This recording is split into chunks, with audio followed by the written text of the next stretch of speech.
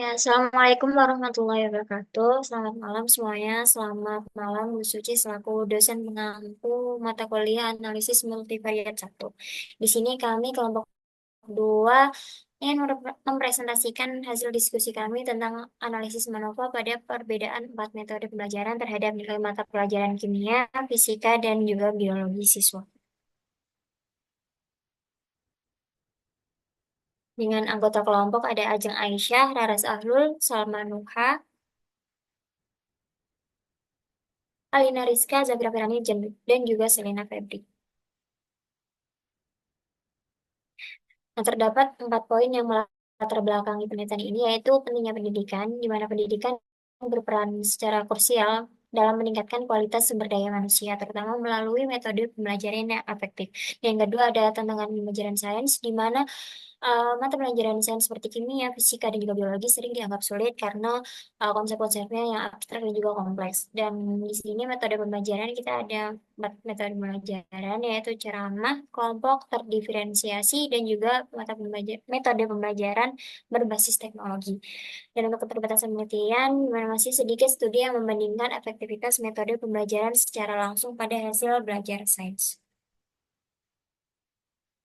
Dan untuk tujuannya itu kita ingin mengetahui efektivitas berbagai metode pembelajaran seperti yang sudah disebutkan dalam meningkatkan hasil belajar siswa pada mata pelajaran sains.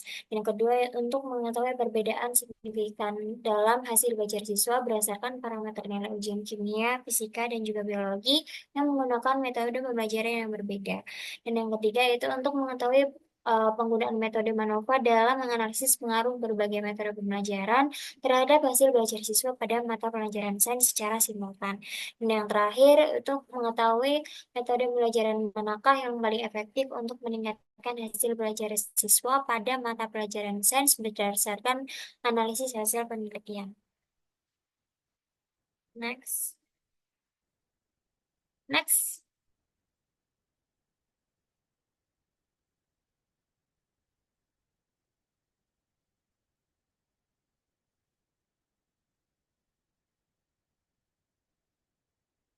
Nah, dan untuk datanya di sini kita mengambil dari situs Kaggle. Sini kita memiliki 52 amatan dengan masing-masing metode pembelajaran memiliki 13 amatan. Next.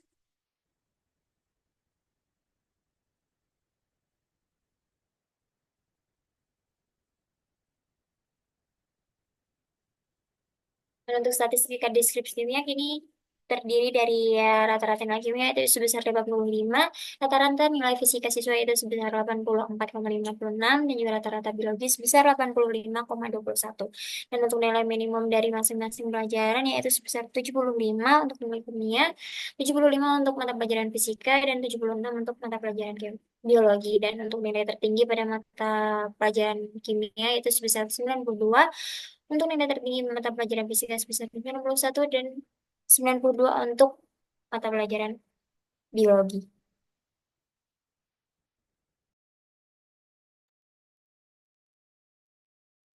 Baik, selanjutnya adalah asumsi normalitas.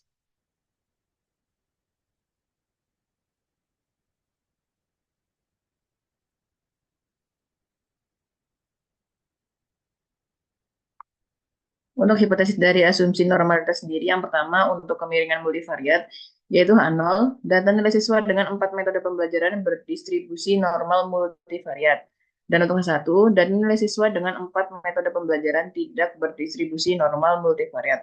Kemudian untuk hipotesis kurtosis multivariat untuk H0, yaitu data memiliki kurtosis yang sesuai dengan distribusi normal multivariat. Dan untuk H1, data memiliki kurtosis yang tidak sesuai dengan distribusi normal multivariat. Kemudian berikut rumus untuk perhitungan manual dari kemiringan multivariat dan juga kurtosis multivariat. Next.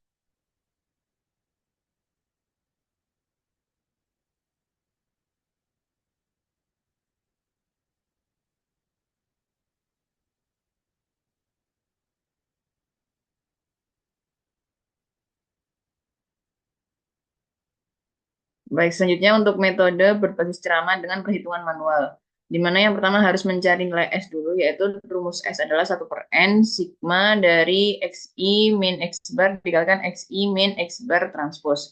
Kemudian didapatkan nilai S seperti pada di layar, dan kemudian nilai S itu di matriks S tersebut di inverse sehingga mendapatkan nilai S inverse. Kemudian dari nilai S inverse tersebut dimasukkan ke dalam rumus ZI, yaitu penjumlahan dari XI min X bar transpose dikalikan S inverse, kemudian dikalikan X, dikalikan matriks XI min X bar. Kemudian didapatkan nilai ZI, dan kemudian dari nilai ZI tersebut dari masing-masing nilainya dipangkatkan 3 dan juga dipangkatkan 2 untuk memenuhi dari rumus yang dibutuhkan. Kemudian hasil yang didapatkan dari kemiringan multivariat adalah 4,56850 dan p-value-nya 0,50940. Sehingga dari p-value-nya lebih dari 0,05 maka terima A0. Kemudian nilai untuk multivariat kurtosis yaitu 12,29525 dengan p-value 0,27583 sehingga p-value-nya lebih dari alfa maka terima A0. Next. Kemudian untuk metode berkelompok didapatkan nilai S dan juga S inverse seperti di layar dan juga didapatkan nilai Z seperti dalam tabel. Maka diketahui nilai untuk multivariat skewness yaitu 3,22990 dan juga p-value-nya 0,61062. Kemudian nilai untuk multivariat kurtosis adalah 10,64189 dengan p-value 0,30441. Untuk nilai multivariat untuk nilai dari p-value dari multivariate skewness dan juga multivariate kurtosis untuk metode berkelompok lebih dari 0,05 maka terima H0. Kemudian untuk metode terdiferensiasi didapatkan nilai S dan juga S inverse di layar dan juga nilai ZI-nya seperti pada dalam tabel. Kemudian nilai untuk multivariate skewness adalah 4,08181. Kemudian untuk p-value-nya 0,54130. Kemudian untuk multivariate kurtosis adalah 11,92020. Kemudian untuk p-value-nya adalah 0,28180. Sehingga diketahui untuk nilai p-value dari multivariate skewness dan multivariate kurtosis metode terdiferensiasi lebih dari alfa 0,05 maka terima H0.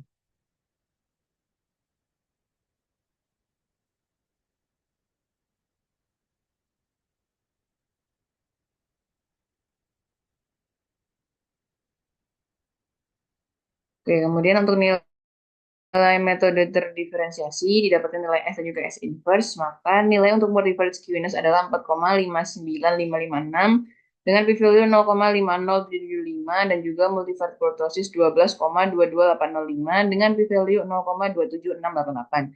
Sehingga diketahui dari p-value multivariate skewness dan juga multivariate kurtosis dari metode terdiferensiasi lebih dari alfa 0,05 maka terima. Kemudian perhitungan menggunakan RStudio di mana menggunakan sintaks norm test dengan yang tertera pada layar dan didapatkan bahwa dari masing-masing metode nilai p-value lebih dari 0,05 maka untuk uji normalitas terbukti. Next. Maka untuk keputusannya nilai p-value untuk seluruh metode nilai p-value lebih dari alfa yaitu 0,05 maka terima 0 dan kesimpulannya dengan tarafnya 5% dapat disimpulkan bahwa asumsi normalitas multivariat untuk setiap perlakuan dari setiap metode terpenuhi.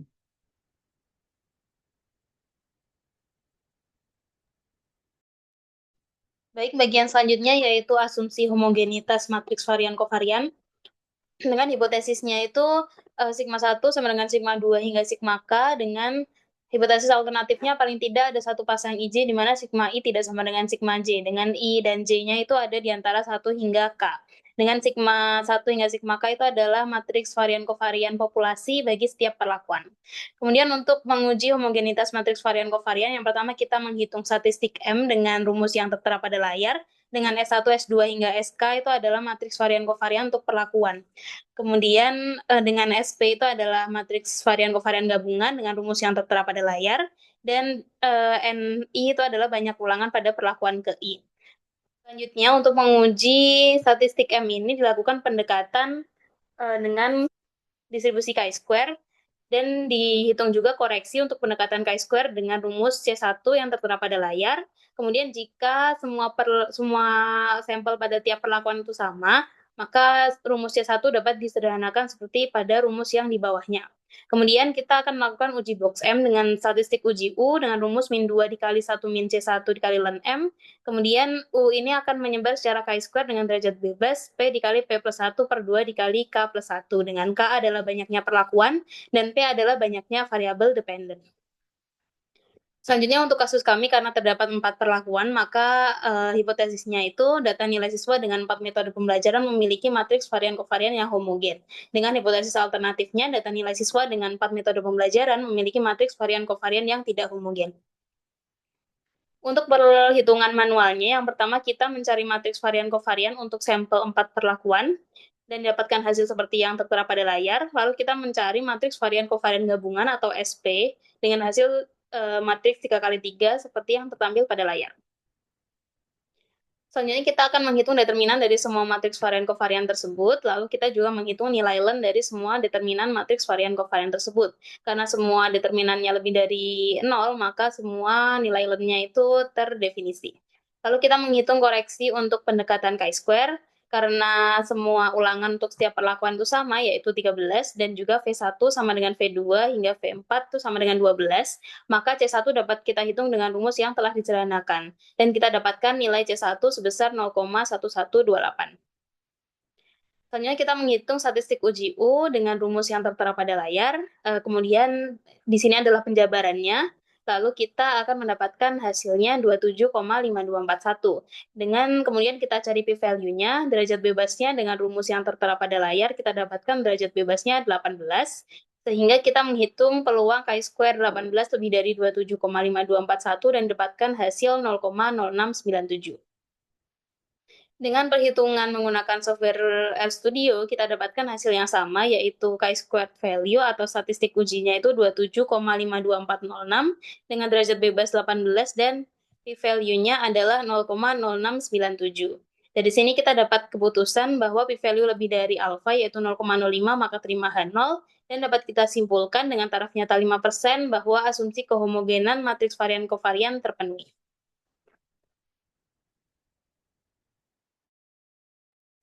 Baik, selanjutnya itu kita akan melakukan uji MANOVA one way atau satu arah. Next. MANOVA adalah metode yang digunakan untuk membandingkan pengaruh beberapa perlakuan terhadap beberapa peubah dependen respon secara serentak.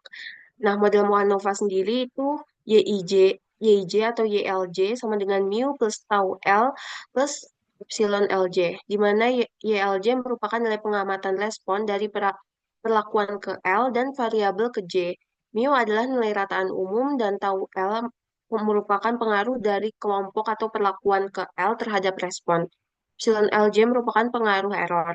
Hal itu bergerak dari 1 hingga G, di mana G itu menyatakan banyaknya perlakuan atau kelompok. Lalu J itu bergerak dari 1 hingga NL. NL menyatakan banyaknya pengamatan pada setiap perlakuan ke G. Lalu untuk hipotesis pada uji MANOVA itu ada dua macam. Yang pertama itu H0 sama dengan mu1 sama dengan mu2 hingga sama dengan mu G sama dengan 0. Di mana H1 itu minimal terdapat 1 L, di mana mu L tidak sama dengan 0, di mana L itu bergerak dari 1 hingga G. Lalu juga untuk hipotesis untuk statistik Wilks lambda itu menggunakan tau. Lalu selanjutnya itu uji MANOVA itu di sini kita memakai 4 macam, itu ada Pilace, Royce, Wilks lambda, dan Hotelling-Lowry. Lalu di tabel MANOVA itu ada 3 sumber keragaman, yaitu ada perlakuan, residual, total. Next. Baik, selanjutnya kita akan menghitung uji MANOVA dengan data yang kami miliki. Yang kami miliki itu memiliki perlakuan 4, maka dari itu kita menghitung matriks varian kovarian untuk sampel 4 perlakuan yang sudah tertera di layar. Lalu selanjutnya kita menghitung matriks rata-rata, di mana diketahui bahwa N1, N2, N3, N4 itu sama dengan 13. Lalu diketahui untuk X bar 1 hingga X bar 4, lalu juga diketahui untuk X bar umum. Lalu diketahui juga untuk hipotesis yang dipakai ini ada untuk yang umum dan juga untuk Wilks lambda. Untuk hipotesis uji yang lainnya itu mu1 sama dengan mu2 sama dengan mu3 sama dengan mu4 sama dengan 0, di mana H1-nya itu minimal terdapat satu J, minimal terdapat satu L, di mana mu L tidak sama dengan 0, di mana L itu bergerak dari 1 hingga 4. Lalu untuk hipotesis untuk uji Wilks lambda itu H0-nya tau 1 sama dengan tau 2 sama dengan tau 3 sama dengan tau 4 sama dengan 0, di mana H1-nya itu minimal terdapat satu L, di mana tau L itu tidak sama dengan 0, di mana L bergerak dari 1 hingga G. Lalu selanjutnya kita akan menghitung matriks B untuk SP perlakuan, di mana matriks B itu dengan rumus yang tertera, di mana XL min X bar di matriks XL min X bar dikali dengan transposnya, lalu dikali dengan NL-nya. Didapatkan matriks B sebagai berikut. Next. Selanjutnya itu kita mencari matriks W, di mana matriks W itu rumusnya tertera pada di layar, dan dihasilkan matriks W sebagai berikut. Lalu mencari matriks B plus W, di mana matriks B plus W ini sebenarnya juga bisa dengan cara menjumlahkan matriks B dengan matriks W, tetapi juga dia memiliki rumus sendiri, yaitu XLJ atau nilai dari respon setiap perlakuan dan setiap amatan, dikurangi dengan X bar, lalu dikali dengan transpos dari matriks tersebut, dihasilkan matriks B plus W sebagai berikut. Selanjutnya, setelah mendapatkan matriks B, W, dan B plus W, ditaruh pada tabel MANOVA. Dan didapatkan derajat bebas untuk sumber keragaman perlakuan itu sebesar 3, untuk residual itu 48, dan untuk total itu 51. Setelah kita mendapatkan semua matriks B, W, dan B plus W, kita menghitung uji untuk tingkat uji tadi. Yang pertama itu ada PILIS. Untuk statistik uji PILIS itu merupakan trace dari matriks perkalian B kali inverse dari B plus W. Setelah kita menghitung perkalian dari matriks B dikali inverse B plus W, hitung trace dari matriks tersebut. Di mana trace itu merupakan penjumlahan matriks diagonal. Sehingga dihasilkan itu statistik uji Pillay itu 1,1725. Next. Selanjutnya kita akan menghitung untuk statistik uji Roy's Largest Root, di mana itu kita menghitung dulu matriks dari perkalian inverse W dikali dengan B, lalu dicari nilai eigen dari matriks tersebut. Didapatkan nilai eigennya itu ada 3, yaitu 0,091, 0,174, dan 15,979. Lalu, statistik uji Royce itu merupakan maksimum dari nilai eigen tersebut. Nah, maksimum dari nilai eigen tersebut itu 15,979, sehingga statistik uji Royce itu 15,979. Lalu, untuk menghitung statistik uji Wilks lambda itu dengan cara uh, determinan dari W dibagi dengan determinan dari matriks B plus W. Didapatkan determinan matriks W sebagai berikut dan matriks B plus W. Sehingga Wilks lambda sebesar 0,046. Lalu selanjutnya itu menghitung untuk uji Hotelling-Lowry dengan rumus sebagai berikut. Kita hitung dulu matriks perkalian dari B dengan inverse W, didapatkan matriksnya sebagai berikut, lalu dihitung trace, yaitu penjumlahan matriks diagonalnya. Didapatkan Hotelling-Lowry itu sebesar 16,244. Dari uji tersebut, dari semua statistik uji tersebut, didapatkan kesimpulan untuk uji Pillay, Trace, Roy's Largest Root, dan Hotelling-Lowry itu p-value sangat kecil, maka hipotesis nol ditolak. Dengan taraf 5%, dapat dinyatakan bahwa ada perbedaan signifikan antara nilai rata-rata mata pelajaran fisika, kimia, biologi pada 4 metodologi pembelajaran. Oleh karena itu, metodologi pembelajaran yang berbeda memberikan dampak signifikan terhadap nilai siswa. Lalu selanjutnya untuk hipotesis uji Wilks lambda, itu keputusannya p-value sangat kecil, lebih kecil dari 0,05, maka hipotesis nol ditolak.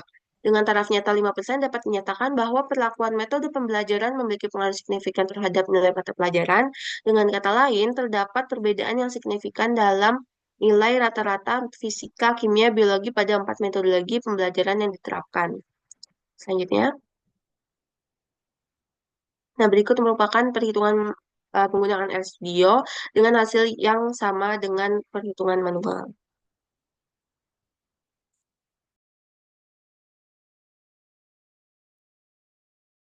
Selanjutnya adalah uji ANOVA untuk setiap variabel. Uji ANOVA untuk setiap variabel ini berfungsi untuk mengidentifikasi variabel yang berkontribusi pada perbedaan multivarian.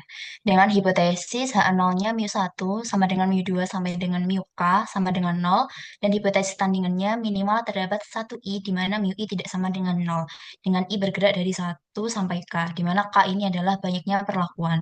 Kemudian setelah itu dapat dibentuk tabel ANOVA yang seperti yang tertera pada layar, dengan di dalamnya dapat kita lakukan perhitungan untuk jumlah kuadrat, yaitu jumlah kuadrat total, jumlah kuadrat perlakuan, dan juga jumlah kuadrat galat.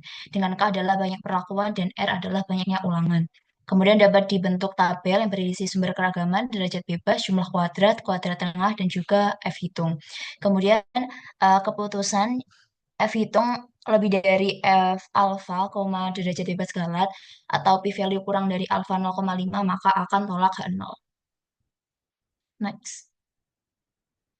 Kemudian selanjutnya pada studi kasus kami dilakukan uji ANOVA setiap variabel dengan hipotesis H0 mu1 sama dengan mu2 sampai dengan mu4 sama dengan 0, dan H1 minimal terdapat 1 I di mana mu I tidak sama dengan 0 dengan I bergerak dari 1 sampai dengan 4. Kemudian dilakukan uji ANOVA untuk variabel respons yang pertama yaitu nilai kimia siswa atau Y1 dengan diketahui Y bar titik-titik yaitu 85, kemudian dapat dihitung jumlah kuadrat total, perlakuan, dan juga galat, sehingga dapat dibentuk tabel ANOVA seperti yang tertera pada bagian kiri bawah.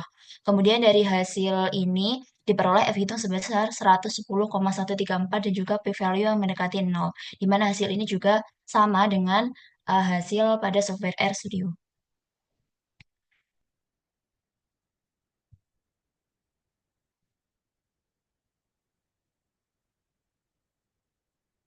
Kemudian selanjutnya, untuk variabel respons nilai fisika siswa atau Y2 juga dilakukan hal sama, yaitu menghitung jumlah kuadrat total, perlakuan galat, dapat dibentuk tabel ANOVA yang diperoleh F hitung sebesar 165,592 dan juga p-value yang mendekati 0, dan diperoleh hasil yang sama untuk software RStudio. Kemudian yang terakhir untuk variabel respons nilai biologi siswa atau Y3 diperoleh F hitung sebesar 203,798 dan p-value yang mendekati 0, di mana nilai ini juga sama dengan hasil yang ada pada software RStudio.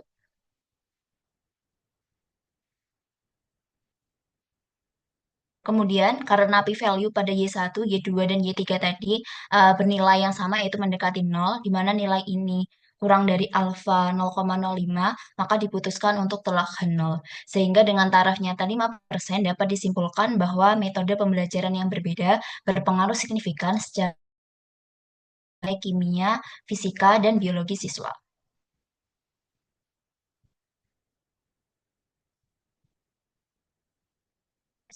Kemudian, karena pada uji ANOVA tadi didapatkan kesimpulan bahwa terdapat perbedaan signifikan, maka selanjutnya dilakukan uji lanjut, yaitu analisis profil.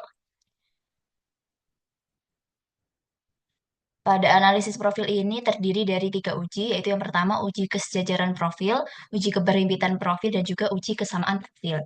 Di mana ketika pada uji kesejajaran profil ini dihasilkan tolak H0, maka tidak perlu dilakukan uji keberhimpitan dan juga uji kesamaan.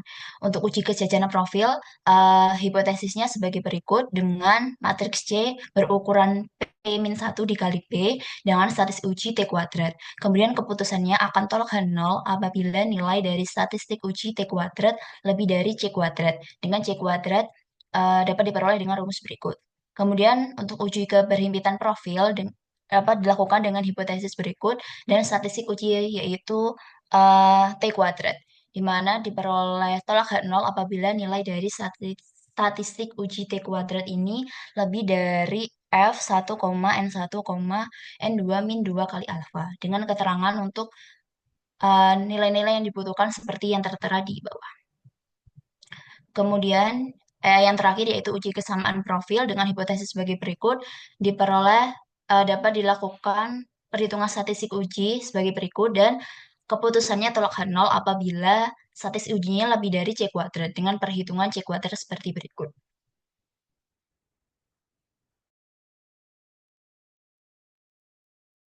Untuk analisis profil, langkah awal yang dilakukan adalah visualisasi dengan plot profil.